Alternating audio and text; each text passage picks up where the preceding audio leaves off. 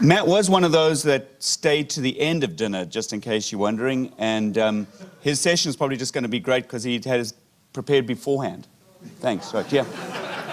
You know, I don't know if I would go that far. I know Melissa was like, hey, I don't know if I have your correct slides. Can you make sure you send them before you go to bed tonight? And so that was just last night. So for you guys who don't know me, my name is Matt Iverson. I work at Optum, which is a division of UnitedHealth Group, as you can see from the big, huge picture. That's up here. And so with that, from a site reliability perspective, you know, our goal is to try to make, you know, systems and software and everything else as reliable and as resilient as possible. And that's really our goal, right? It's like, how can we make this stuff work all the time? How can we make this stuff be really successful? Thank you. I'm going to need that. Need the clicker. So we look at it, and as people use software, as people, you know, try new things, you know, you go through a journey, right? And so from a monitoring perspective, there's a journey involved. And so everybody will go through these different journeys. And so what I'm going to talk about is you know, who I am and how I got into this kind of business and got into this role. We're going to talk about the typical journey that someone takes from a monitoring perspective. We're going to talk about what we did and how that applied to us, and then how we solved that with a solution called Lighthouse. And so that's, you know, the snowflake conversation that Mark was saying. So with that, that's the title. So the observability journey, right? And so it's this whole thing. So you look at when I was a kid, and one of the stories I like to tell, and my whole family tells it, is when I was 2, I was at my grandparents' house, and they had a huge entertainment center. And with that, they had their CRT, their tube TV, they had a VCR, they had, you know, a 100-disc CD player. They were really living life on the edge with this high technology. And so I had somehow gone and climbed up and over the top of the entertainment center and went into the back and decided, I'm going to rewire this thing. I'm 2. I don't know what I'm doing, but it's got colors, it's got cords. This looks like fun. So I went back there. Parents weren't there. I was staying there for the weekend, and my grandparents couldn't find me. And so after 10 minutes, they start to panic. They're looking for me. They don't know what to do. And they're just about to call the police because they think that I ran away. And so they hear something, and they look, and here I am trapped behind a 5-foot-tall entertainment center. And so that was kind of the beginning from like a technology perspective where I was really curious on this stuff, and it really inspired me. And so as time goes on, I continued to do things. I continued to try things and learn. And so the next kind of step, the next phase was after I got my license, so I'm a native Minnesota person, live in the Twin Cities, and I had gotten my license. I was super excited, and Craigslist was still it still is shady. It was shady back then too. But I went on Craigslist, and I was super excited. I found these Dell PowerEdge 2650 servers. So they were a 32-bit server. They had 2 gigs of DDR RAM, and I was super excited. I'm going to buy 4 of them, and I'm going to do something with them. These things were huge. I had never bought a server before, and I had no idea what I was getting into. So I bought them. I brought them home, plugged them in, and my parents came out and said, what is going on? Like, what is this, and why is this in our garage? I'm like, oh, these are servers. I'm going to do cool things with these. Then they got the electric bill, and those went away. So that was the end of the servers at my parents' house. But that just kind of shows, like, over time, it was something that was super interesting to me. And so it's one of these things that, like, you get these passions, right? And so from a technology perspective, you know, it's my passion. It's something that I get really excited about. And so we think of InfluxDays in San Francisco. I had attended that. Chris up there had said, you got to come to InfluxDays. And I'm like, I don't know. She said, just come. You'll enjoy it. So I did. And then I'm at InfluxDays, and she said, you should speak at New York. And I'm like, I don't do speeches. I'm not doing that. And so now here we are, and I'm doing this speech and trying this out. I've never actually done a speech before in front of people, but I said, I really like this stuff. And normally when you see this, people that do speeches like this, if they're really passionate about it, you can see that. And so as my career goes on, I figure out, you know, this is my passion, and this is what I want to spend my energy on. And so with that, you know, I've got Pierre and my manager here, and so you'll hear me reference Ben a couple different times through this talk because of the fact that, you know, he always supports me, but then he questions sometimes the things where he's like, hey, are you sure you can actually do this? And so we go through this journey, right? And so you look at the different people and the different companies that want to increase observability within their application, and that's one of those things that's super important. And so whether you're looking at, you know, you're looking at healthcare and you're trying to understand how healthy someone is, or you're looking at a, e-commerce site and you want to know how many checkouts you have, how many transactions, or anything in between, right? You want to be able to observe this stuff to make sure that it's working reliably and consistently. And so there's this journey that people will go through. And so sometimes that journey might just start with us, hey, we're gonna just see if anybody calls in, and if they do, maybe we'll look to see and try to figure out what's broken. Or maybe we take that a step further and we install some sort of log forwarder, or we install something like Telegraf or CollectD, or we do something with Prometheus and try to collect more information to increase this observability. And so it's the same thing with how we can look at it. Why do we have a backup camera on our car, right? We don't have it there just because it's fun. We have it because there's a purpose. So we're going to observe what's behind us when we back up. And so that decreases risk. And so it's a risk mitigation thing. So at the same point, why do we turn on the light when it's dark? Because we need to see something. There's something that we need. Maybe we need to get a glass of water. Maybe we're getting up to go to work. We don't know what that is. And so we have to turn the light on. And so from an observability perspective, we have to look at things and say, what are we missing? What are we not seeing? And from there, we can figure out solutions that would say, hey, this will solve the thing that we're missing. And so people will go through these observability journeys to try to figure out how to increase, whether that's knowledge or to make decisions with automation or anything like that. And so at Optum, we actually went through our own observability journey, as everybody does. And so we can look at it and say, like, hey, everybody does something different, but we all have something in common. And so the journey at Optum is we have all these different tools and solutions, and we're very much a self-service company. So we actually say, hey, if you've got this idea, you want to spin up this application, you want to do this thing, go do it and make it happen. Do it right? Let's make sure it's available. Let's make sure it's done correctly. But it's still difficult because when you don't have that lockdown control, you don't have that thing where you have to request a VM from a specific team and it goes through an architecture board. You have a little bit more chaos because there's a lot of different ways you can do a single thing within an actual organization. And so we looked at it and we said, how can we enable the people creating good and cool and reliable applications? How can we help them be more reliable? How can we increase that observability? And that was our goal, is to do that. And so when we joined and we started working on this, we said, let's get Telegraf installed. Let's do it on our services, on our VMs. There's a few dozen of them. Let's start there and see how it works. We tried it out. And we really liked Influx even before we tried that, but that was kind of the goal. So we started there, installed Telegraf, and started monitoring things. Well, then people looked at it and they said, hey, this is awesome. Like, look at this data that you're collecting. Look at the interval. We're collecting it every 10 seconds rather than every minute or 5 minutes or something a lot larger than that. And so then people started saying, hey, can we use this too? And we're like, absolutely. Let's work as a team. So we've got this stood up. We've got Telegraf running, and people start installing Telegraf on their VMs, and they actually start utilizing it. And so whether that's alerts through Capacitor, or they were creating dashboards with Grafana, or creating a dashboard in Chronograph, or anything like that, we had people using this data in a way that we had hoped would work. And so what we noticed, though, is it started with just a few dozen, and then it goes to hundreds and thousands, and then it scales, and you have to think, okay, this is scaling, this is getting really huge. How am I going to scale this to tens of thousands of servers with all these different groups? And so you have to think of it from like a different perspective, right? Of how do we make this work for not just 5 servers, but for 50,000 servers? And so we went through this journey and we figured out, let's just set up Ansible. And so for those of you who don't know what Ansible is, it's a way to automate tasks via SSH connections. So then you can install things from a broad perspective. You could list 20 servers and run a script and it would install whatever your scripts tell it to install. So we did Ansible and it worked. But the problem is that if we have, again, thousands or tens of thousands of servers, how do you scale that? How do you make that work so that you can actually manage and maintain these Telegraf instances? And so what we found was people would do the install, but then they wouldn't actually go through and do the maintenance that we needed. So if we said, hey, we're going to change a setting within the main Telegraf config file, well, how do you ask dozens or hundreds of business groups to go into this server and make this change? You can try to convince them, but that's the problem. It's not our servers. We can't actually go in and just do that. And so we said, this doesn't work. This doesn't scale. So then we moved on and we said, hey, we've got Chef. And so we use Chef. It's a configuration management. It runs as a service. It runs every 30 minutes, and it makes sure that all your config files are set the same way. It makes sure that your services are running as intended, and it worked really well. So we said, we're going to create a Chef cookbook.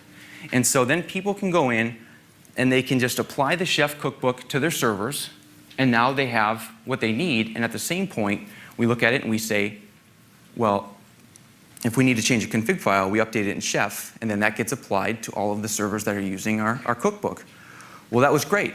But then the problem was then people started requesting different things from a Telegraf perspective that we couldn't support. So we looked at it and said, this guy wants to have this collection rate, or somebody else needs a different config, or one of the issues we ran into was we have all these different zones inside between the DMZ and the core network, and so depending on where the server lives, we have to use different configuration files.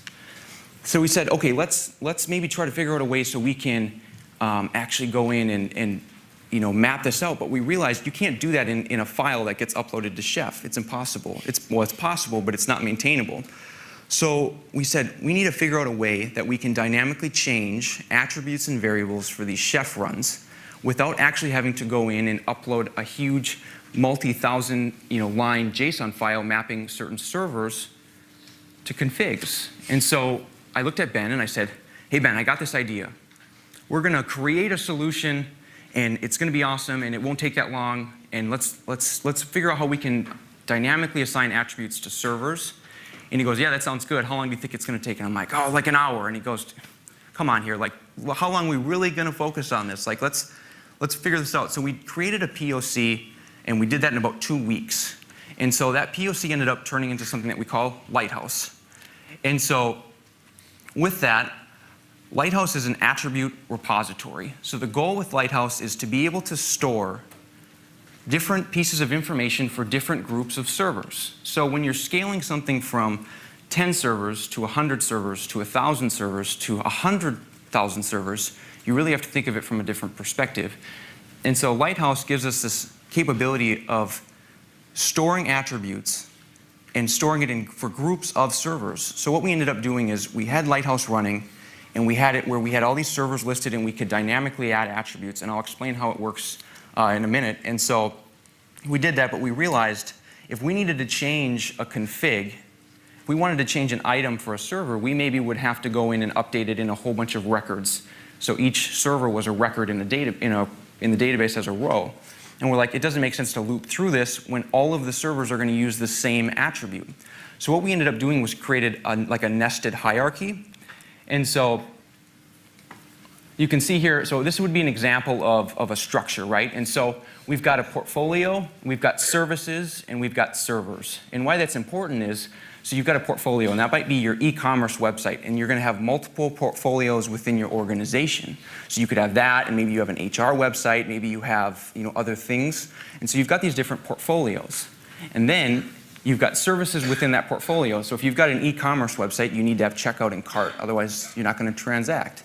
And then within that, you're going to have dedicated VMs that tie to these different pieces. And so what we thought about and how we were going to scale is, instead of trying to assign attributes to just the server level, let's assign it to the server, service, and portfolio level. So then that way, from a nested perspective, it actually allows us to assign things and have it automatically distribute across all of the things beneath it from a hierarchy perspective. And so we went through this and we built it, and we had kind of requests. And so it was a process, right? You got to figure it out, and there was trial and error. But what is done for us is it has allowed us to change things very quickly and dynamically. And so when you're working for an organization that, like I said, has thousands of VMs that get spun up and spun down every day, you have to think of things a little bit different. And so we set this up here, we built it out, and so what we did is we actually set it up in a way that you can query this thing API first. And that's how I always develop. Let's build the API, let's do it this way, and so then that way that people can query that, and then we'll build a front end on top of it that people can actually log in and view. And so what happens is with Chef, every 30 minutes, Chef will run on a given server. And so it runs twice an hour or 48 times a day.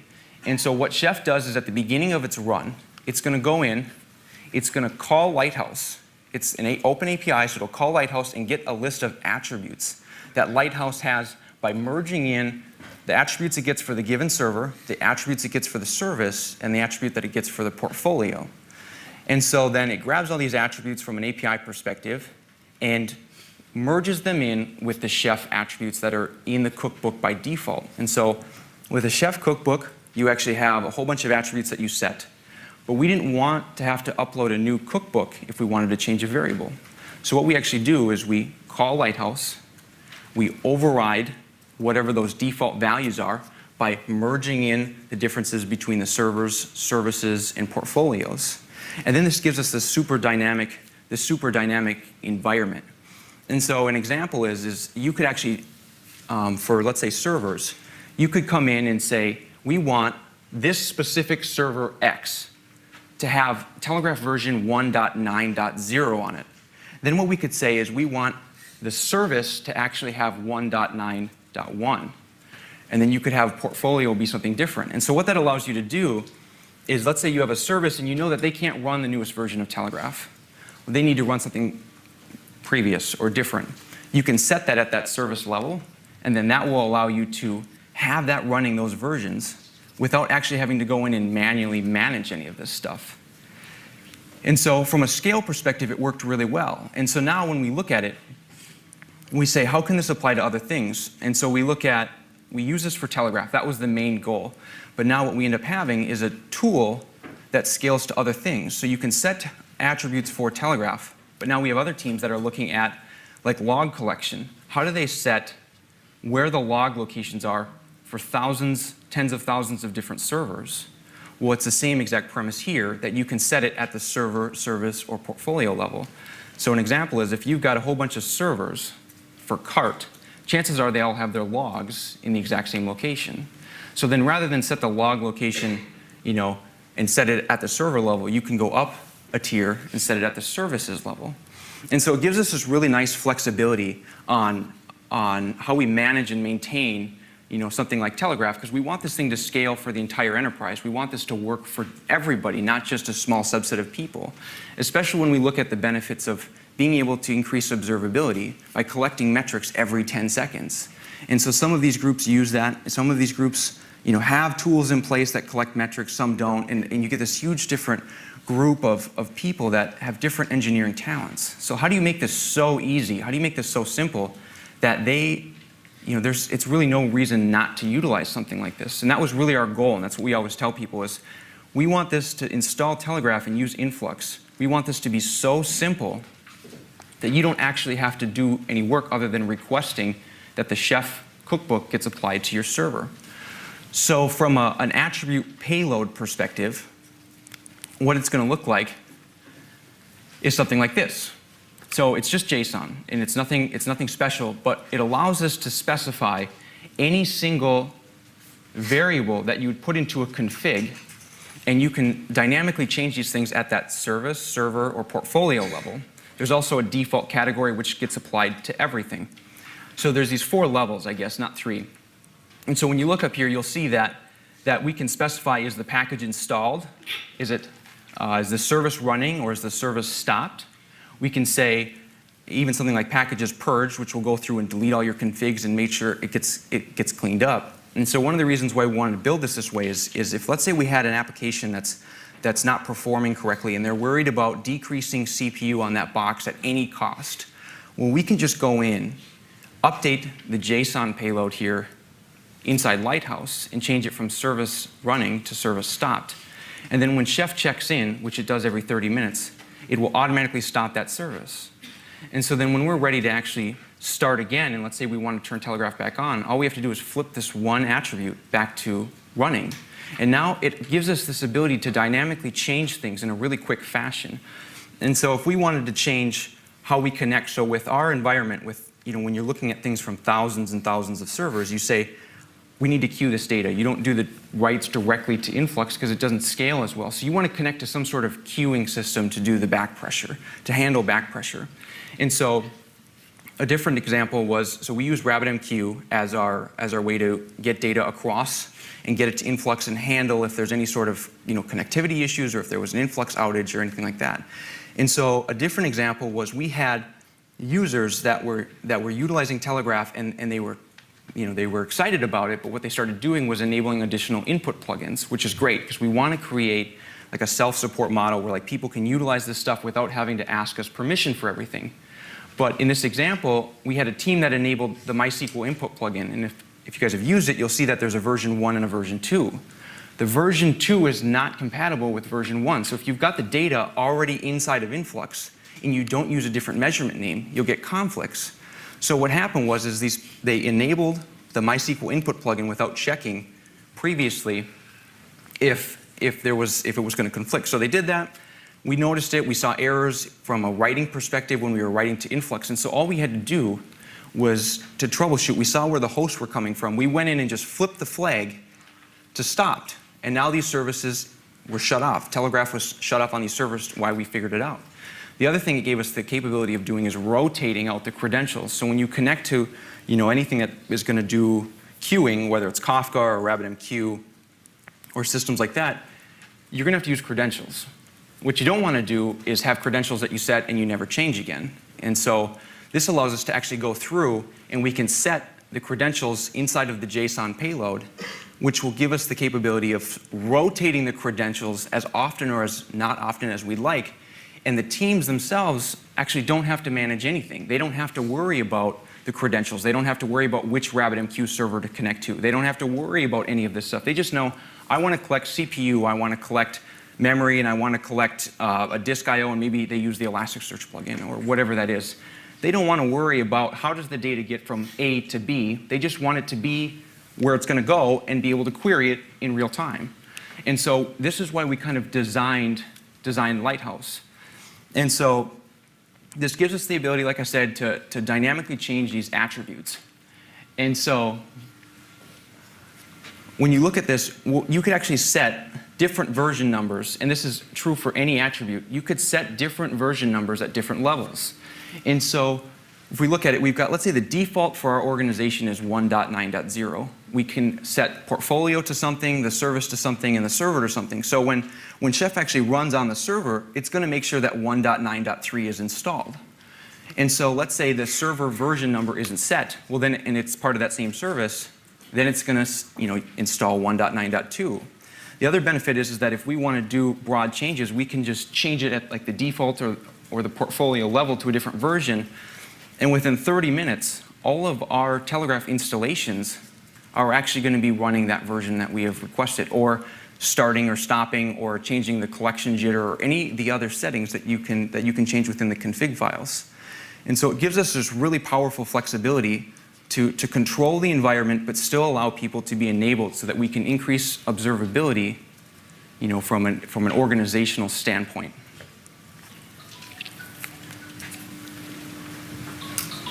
So how does that apply? So we look at it and we're like, okay, so we can change these things, and what does that, like, how much does that actually help us? So this is an example of a Grafana dashboard that we utilize. This was actually screenshotted and added here. So this is one that is used. So what you'll notice is on the top we've got variables set, and so you've got environment, you've got portfolio, you've got your service. So these are all the things that we were showing before. And so what this gives us the capability of doing is, if you'll notice at the top, it says dashboard standards, system metrics. What it doesn't say is this is for a specific team. We don't have to do that. What we can actually do is create a standard dashboard, and it'll give them the capability of selecting their portfolio that they've done. It'll give them the capability of selecting the service and then seeing their metrics without having to manage another Grafana dashboard. So if they actually want to fork it and do their own thing, they absolutely can. This is something that we want to enable people to use, but it needs to be simple enough that if they don't want to manage dashboards, they've got an option for that. And so when you're dealing with something that's got multiple data centers and multiple zones and all of this, you want to be able to drill in really quickly. You want to be able to understand what's going on. And so tagging the data from a Telegraf perspective was super important, because our host names they don't mean anything. You look at them and you have no idea where the server is, what it does. There's like a standard way that we do our host names, and so you really need a different way to do that. So when Lighthouse is called, it actually will generate the tags that are inserted into the telegraf.conf file, so that you can get things like what's the role of the server, or what data center is it in, what zone is it in, so is it in the DMZ or is it in core? And why that's important is, as we're trying to look at this from an observability perspective, we need to know where this stuff is. So if you've got half of your servers are low on CPU and half of them are high, well, how do you know which ones are which? Well, maybe if we have that drop down, like you see there that says data center, we can just change that. So we can say we want to see both data centers, we want to see just one of them. And same thing, do we want to see production? Do we want to see stage? And does it make sense to actually have a Grafana dashboard for every separate environment? Some people would say yes, and that's great. You can build all the dashboards that you want. But if you don't want to have to manage all of that stuff, this gives you that flexibility to actually to do this stuff without managing it. And so this is kind of what our goal is to make this self-service solution so that if people want data, they want to increase observability without actually having to manage Telegraf, without having to actually run their own influx. They can connect in with this, and all they have to do is add a chef recipe, add a chef cookbook to their server, and within 30 minutes, they're going to have metrics in Grafana and in Influx for them to look at. And then from there, they can decide what do they want to do. Do we want to create alerts on it? Do we want to create a Grafana, a dashboard? Do we want to, whatever that is, we have that capability. And so that's what we really look at from a scale perspective. And so that's where we're at now. And so one of the things I like to touch on is where do we hope to go to from a long-term perspective? So we look at the future, right? So right now we have default plugins, we have default things that get enabled, but that's great, but it's not maybe good enough. And so one of the things we want to do from a next step perspective, from a Lighthouse perspective, is how do we run Chef and figure out what's running on these servers and try to automatically enable more monitoring for this stuff. And so when we look at Telegraf, it's got, I don't know what the exact number is, but I think it's over 200 input plugins at this point. Well, we've got enough input plugins that we probably have one for every different service that we're running. So one of the ideas is to actually go in, and when we run Chef, let's go through and look at the different services, and let's figure out what's running. So if we have HA proxy running on this server, why should we have to do anything manually? Why can't we report that back to Lighthouse and say, hey, HA proxy is on this server. Telegraf has an input plugin for this. Why make anyone do anything manually? So the first step of that would be actually notifying the group that says, hey, you guys have a service that's unmonitored that could be monitored via Telegraf. And so we say that's kind of the next logical step. And then after that, we say, why even ask them?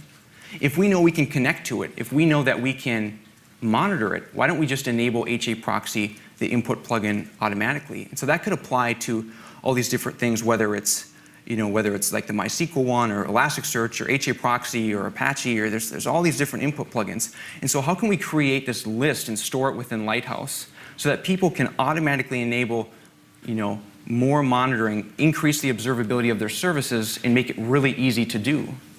And so that's kind of one of the main things that we're hoping to accomplish here, in the next 6 months is enable this thing so that people don't have to worry about, their services. They don't have to worry about, figuring out how to enable, the monitoring and stuff like that. And so the other thing we look at is how do we allow people to get access to their data? And so we've got this stuff in Influx, and we want to allow people to fork the data, right? And so from a Lighthouse perspective, we want to enable people to be able to subscribe to their data and give them that access without having to manually create credentials. And so we can do that same thing in Lighthouse because we're managing everything with Chef. So because we have Chef, we've got Lighthouse, it would allow us to say, hey, if you want your data, we're going to fork it at the queue perspective. And from there, now they can do whatever they would like with that data. And maybe they want to send it to Influx. Maybe they don't. But we want to collect it with Telegraf, and we want to do it in a way that's so standard and so easy. There's no reason to use a different tool. We will collect everything that you need, and then you can do whatever you want with it, whether, like I said, whether that's alerting or sending it to a different platform. And so we try to be really platform agnostic, but we really want to focus and make sure that users have the data that they need. And so that's really what we're trying to accomplish here with this. So an example is, we have a team that's looking to fork the data and send it to one of our logging clusters. And so one would argue, do we really need to send telemetry data to a logging cluster? It's logging. Well, the counter argument to that is, why not? If they have a use for it, let's let them do that. And so we really want to make this thing, this platform that's really available for the users. And so we've got all these different ideas, and we're trying to prioritize, what we're going to do and how we're going to do that. And so, like I said, we're trying to get this thing to be automated. We're trying to make it so that it's, we've got this enablement feature so that people utilize it from a monitoring perspective. And so there's all these different things. We look at it, so Paul actually had said that they're actually figuring out a way to set up a URL, right? So you can tie your Telegraf installation in with a URL. So then that way, when you want to manage your configs, you can do that with inside of Influx 2.0. And so when you're in the UI tier, you can do that. And so that's something that really, I saw that a couple months ago, and I thought that was really interesting. And so how do we apply, one of the things we thought about is how do we apply Lighthouse to containers? So containers are like the big new thing, right? And so everybody wants to put stuff in Kubernetes and OpenShift and all these different platforms, but Chef doesn't necessarily run inside of a container. It doesn't make sense. And so the next logical step there is to utilize, with a Lighthouse perspective, is actually mock up what the Influx API will do from giving back configs, and then we can actually generate those configs within Lighthouse. So when a container starts, we can give them a unique ID, a unique URL, and then that will call, so when the container starts their sidecar, we'll call Lighthouse and get all the configs that they need for their application. And so that allows us to do the tagging that we've shown earlier from a Grafana perspective. It allows us to keep things separate but together. And so we look at that and we're like, how can we expand this so that this is like the self-service tool for enabling monitoring and telemetry data? And so one of the questions we get a lot is, and I just like to address it right up front, is this open source? Is this something that I can download today? The answer is no. But we're hoping to change that. And so as we work on this, we think this is something that could be really useful to the community, not even in the sense of just Telegraf, but from a purely like a Chef perspective and from a configuration management tool, like how can people utilize this? And so we're really trying to push to get this open sourced so that anybody can go and download this and utilize this to actually manage their infrastructure. And I honestly think, from a configuration management perspective, this could kind of change how things operate, just because of the mentality difference between having a recipe or having anything that does a run, and it's so static, to changing it to be really dynamic. And so we're really hoping to open source this so the community can utilize that. I don't have a time frame, unfortunately, for that. But so that's kind of our I guess 40-minute example though of how we're going to go through, and we've got this observability problem, and how do we enable these teams, and how do we continually add on to something to make it easier for people to collect data, because the easier it is for them to collect data, the higher the chance that they'll collect it. The more data that they collect, the higher the chance that we can increase observability, and with that, the reliability of a system. And then from there, hopefully the customers will be more satisfied. And at the end of the day, we do most of this stuff because of our customers. That doesn't necessarily mean that they're buying something. They may be forced to use their service, or maybe it's something that's available, whether that's a public utility, it's healthcare, it's an e-commerce site. But at the end of the day, we're trying to create systems that are so reliable that the customers are satisfied with the usage of that. And so really, if you're going to try to increase that, you really need that observability there to do so. And so that's really our goal, is to make this so easy that people can increase observability within their applications without having to do a ton of work to accomplish that. So with that, I don't know if anyone has any questions. I figured I'd give a couple minutes for that. I have a question about something. So basically, I've heard about the whole talk, and we use Puppet, and we use something called Hyra. Yep. So I don't know why, but I'm part of MSKCC, by the way. Okay. And we are part of HPC. So we have, again, many kind of servers and many kinds of manufacturers, basically. We get Supermicro, we get HP, we get Dell, we get different kinds of interfaces, we get different kinds of graphic cards, we get different kinds of things. So the whole idea was, again, the same thing as what you're mentioning, like have a hierarchy, which Hyra already gives, and Puppet in general as a configuration management. And Puppet has facts, which basically gets facts from the node with respect to services and everything, and then which feeds into Puppet, and then Puppet uses Telegraf, and then basically I'm doing the same thing. But I just wanted to ask you about the few challenges that I faced, especially with merging. Like when you have a hierarchy and when you go from top to bottom, and when you're trying to merge different things, sometimes it so happens that merging isn't a solution at all. That was a big challenge that I'm facing right now. Like you could negate the hash, you could append to the hash, or you could override the hash. But because you decide on a particular design when you, like you just showed me a particular hierarchy, it so happens that sometimes that hierarchy doesn't work. You will have to make sure that, oh wait, this cannot override this. It so happens that you have to invert the hierarchy to make it work. So have you faced this challenge, and what would you do? I mean, have you done anything else to solve this? Sure. So question looks like from a hierarchy perspective, how do we make sure that we can merge these different sets of data and make sure that we get the results that we want? And so in all reality, there's not really a good answer for that. And so what we recommend, and we actually don't, right now from a Lighthouse perspective, we don't have users like log in and make changes from an attribute perspective, because they probably shouldn't be doing this at that point, right? They don't need to change the collection jitter on a Telegraf instance. And so how we've kind of worked around that is we've said we should set attributes that need to be overridden and not necessarily just set everything just because we should. And so an example, for the thousands and thousands of servers that are in Lighthouse, we actually don't set version, I would say, on any of them. And if we do, it's a temporary thing. And so, we want to make sure that it's easy to maintain and easy to manage, and you don't necessarily need to set for an individual server that a service should be running. And so we haven't run into the situation where we've set an attribute and we say, well, this thing shouldn't be this, or it should be reversed, because what happens is if it needs to be reversed, the server gets precedence from an attribute perspective over a service, which gets precedence over a portfolio. So if we're like, hey, this server, this specific VM has to have this attribute, it has to be set this way, if we set that at the server level, well, then nothing's going to override that.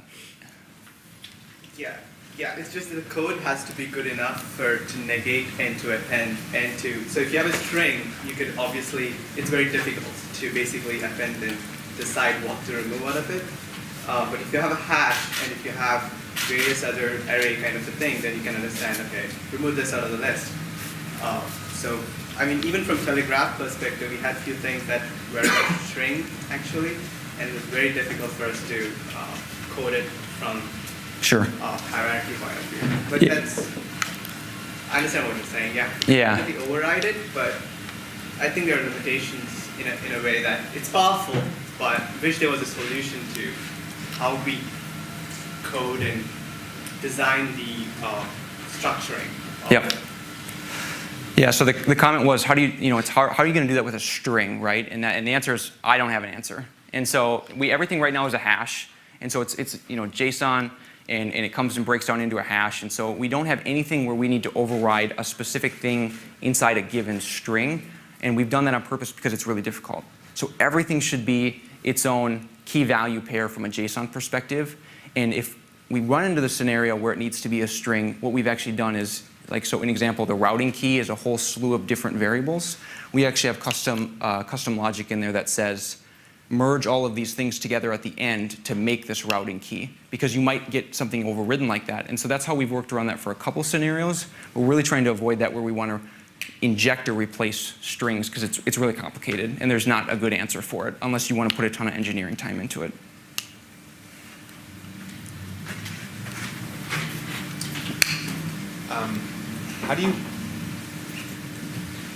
How do you handle states and time? So if you said, oh, something happened 6 months ago, and I want to roll back and say, these things got rolled out because as we collapsed the hierarchy, this was sort of the point in time state.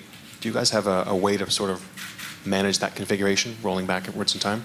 Yes, it's a good question. So the question is, how do we roll back configs or change things? So right now, with the current version that we have released in production, it does not handle that, but we do have plans of actually creating basically an audit log. So, for companies that are really big, you're going to have a security group and a compliancy group, and they're going to want to make sure everything's documented and that there's controls around that. And so the plan is to actually set it up so that we know what changed when, and we can say this server had this attribute changed at this time, or this portfolio or service or anything in between. And so then what that will allow us to do is look at it, and it gives us the capability of switching back multiple versions, and then we'll just keep that stored. And I don't foresee that necessarily being something that happens that common, but it could, right? And so that's why we want to make sure that we have that stuff logged from an audit perspective, and if it's logged, we can utilize that to roll back. And so that's kind of our goal there, is to do that. But like I said, we don't actually have that built out yet, but it is for sure in like what I would call my roadmap.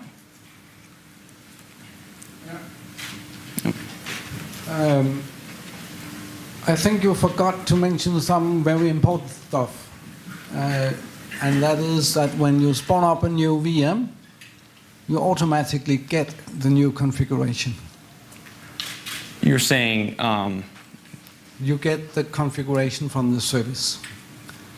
So from Lighthouse itself? Yeah.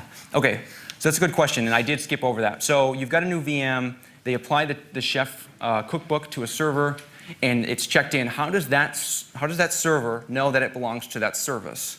Or how does it know what it's supposed to have from an attribute perspective? So we have kind of a two-phase approach right now. The first one is that we know what servers are coming on from a Telegraf and a Lighthouse perspective. And so if we know that they're going to be onboarded, then we make sure to add it and add the relationship before they get onboarded. The long-term plan is to allow anybody to just request it at any point. And so what we're going to do there is do integrations with like our ITSM tools to figure out, hey, this server belongs to this CI, and there's a connection here, and we know that this CI is called this thing, so like let's make sure it's automatically in there. And so we want to avoid becoming like an actual like CMDB or an ITSM like alternative. We don't want people to come to us as like a source of truth, but we can query those things from an API perspective to figure out where it belongs and then automatically generate that hierarchy. If that answers that question. Yeah. Okay. I was a little bit confused by the comment around the audit trail and knowing what was dead one. I was you didn't really talk about the workflow, but I was assuming that these changes are config files checked into version control. Is that not giving you what you need? I guess I'll... Yeah, so the question is, how is the data stored? Is it checked into version control or is it someplace else? So right now, we actually have it stored. It's a MySQL database, and the application is actually written in Ruby. And so we stored it in a database because of the fact that we want it to be able to be changed quickly and dynamically when needed. And so what we found is we've actually have different like chef attribute services where you can check it in to change attributes, but it's too slow. And a lot of times when you see that stuff, like from a chef perspective, it allows you to change things at an individual server perspective. So if you think about it like knife, you can change an attribute in knife for a server, but you can't do it for a broad scope very quickly. And so we wanted to make sure that we can do that and move quickly when we have to, and putting it in a database. And so you've got different tables, right? You've got a table for all the servers, you've got a table for the portfolios, and you've got all these tables, and there's relationships there and stuff. And I can kind of go over it with you in further detail about how the actual like structure of the data is done. But we found that MySQL is just, or putting it in an actual relational database is a lot more efficient versus trying to get anything checked in. And it allows us to make changes without actually having to go into Git and doing, a pull and push and all that stuff, and making sure that, the data makes sense and we can add validations there. So when you save an attribute in Lighthouse, we actually validate to make sure that you didn't say service should be foo. Well, what is it supposed to do? So we add those validations there, whereas if I worry that if it was in like Git or anywhere else, how do we make sure? We could run a CI/CD pipeline, but it doesn't necessarily make more sense than just storing it in a relational database.